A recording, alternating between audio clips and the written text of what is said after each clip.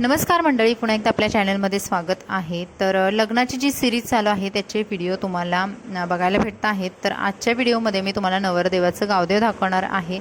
तर आमच्याकडे गावदेवला जाण्या अगोदर सुरुवातीला घरातून 5 ते 7 सुवासिनी बायकांनी नवरदेवाला ओवाळायचं असतं. तर अशा पद्धतीने ओवाळण्याचा कार्यक्रम झालेला आहे.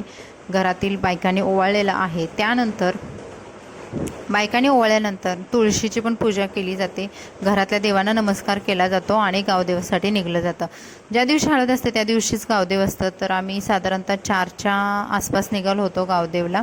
तर हे आहे आमच्या इकडचं सोनार सिद्ध मंदिर. खूप प्रसिद्ध असणार हे मंदिर आहे, तितकंच मोठं सुद्धा आहे. खूप छान वाटतं इकडं आल्यानंतर.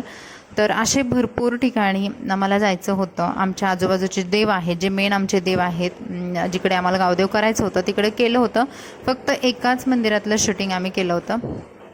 तर इथे सुरुवातीला आल्यानंतर मी विशालची करवली असल्यामुळे मानाची, त्यामुळे मला त्याच्यासोबत येण्याचा मान मिळाला आणि माझ्यासोबत अजून दोघी तिघी पण कुरवल्या होत्या.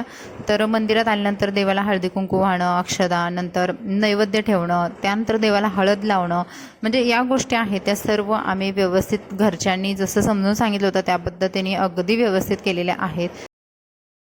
नवरदेवाचं गावदेव करण्याच्या आमच्याकडे भरपूर साऱ्या पद्धती आहेत. म्हणजे काही लोक घोड्यावरती सुद्धा येतात, पण आम्हाला भरपूर ठिकाणी जायचं होतं, त्यामुळे 4 व्हीलरमध्ये येऊन आम्ही हे गावदेव केलं होतं. माझ्यासोबत माझ्या काकांच्या मुली, मामाची मुलगीसुद्धा होती. विशालला मी काही पूजेच्या ज्या काही गोष्टी होत्या जे घरच्यांनी मला सांगितलं होतं ते त्याला फक्त समजून सांगत होते.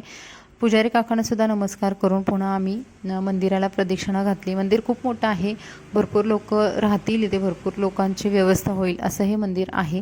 तर मंदिराचा हा आवार आहे, परिसर आहे. वेळेअभावी आम्हाला हे पूर्ण व्यवस्थित दाखवता आलेलं नाही तुम्हाला, पण काही हरकत नाही. याच्यावरती सुद्धा मी एखादा नेक्स्ट जेव्हा गावी जाईल तेव्हा ब्लॉग बनवेन देवाच्या दर्शनाला गेल्यानंतर. तर या कुरवल्या आहेत, त्यांनीसुद्धा देवाचं दर्शन घेतलं, पुजारी काकांचं दर्शन घेतलं आणि अशा पद्धतीने आम्ही भरपूर सारी जे मंदिरं होते तिकडे जाऊन देवाचं दर्शन घेतलेलं होतं, देवदेव केलेला होता. पण शूटिंग म्हटलं तर फक्त एकाच मंदिराचं घेतलं होतं, कारण वेळ तेवढा नव्हता, पटकन घरी जायचं होतं आणि हळदीची तयारीसुद्धा करायची होती.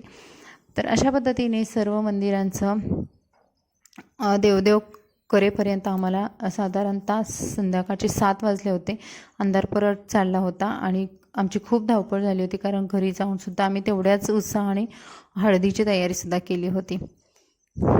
तर आता पुढे बघूयात काही मंदिरांचे जे फोटो आहेत ते मी तुम्हाला शेअर करणार आहे.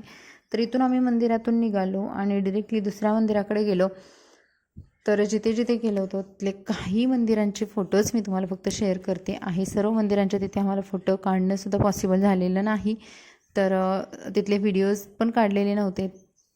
तर अशा पद्धतीने हे काही मंदिरांचे फोटोज आहेत. तर हे आहे बघा लक्ष्मी मातेचं मंदिर, जे माझ्या सासरच्या घरापासून जवळ आहे, पण ते बंद होतं. पण काही हरकत नाही, बाहेरून आम्ही दर्शन घेतलं. आणि हे आमच्या रानामधील, आमच्या गावातील काही मंदिराचे फोटो आहेत.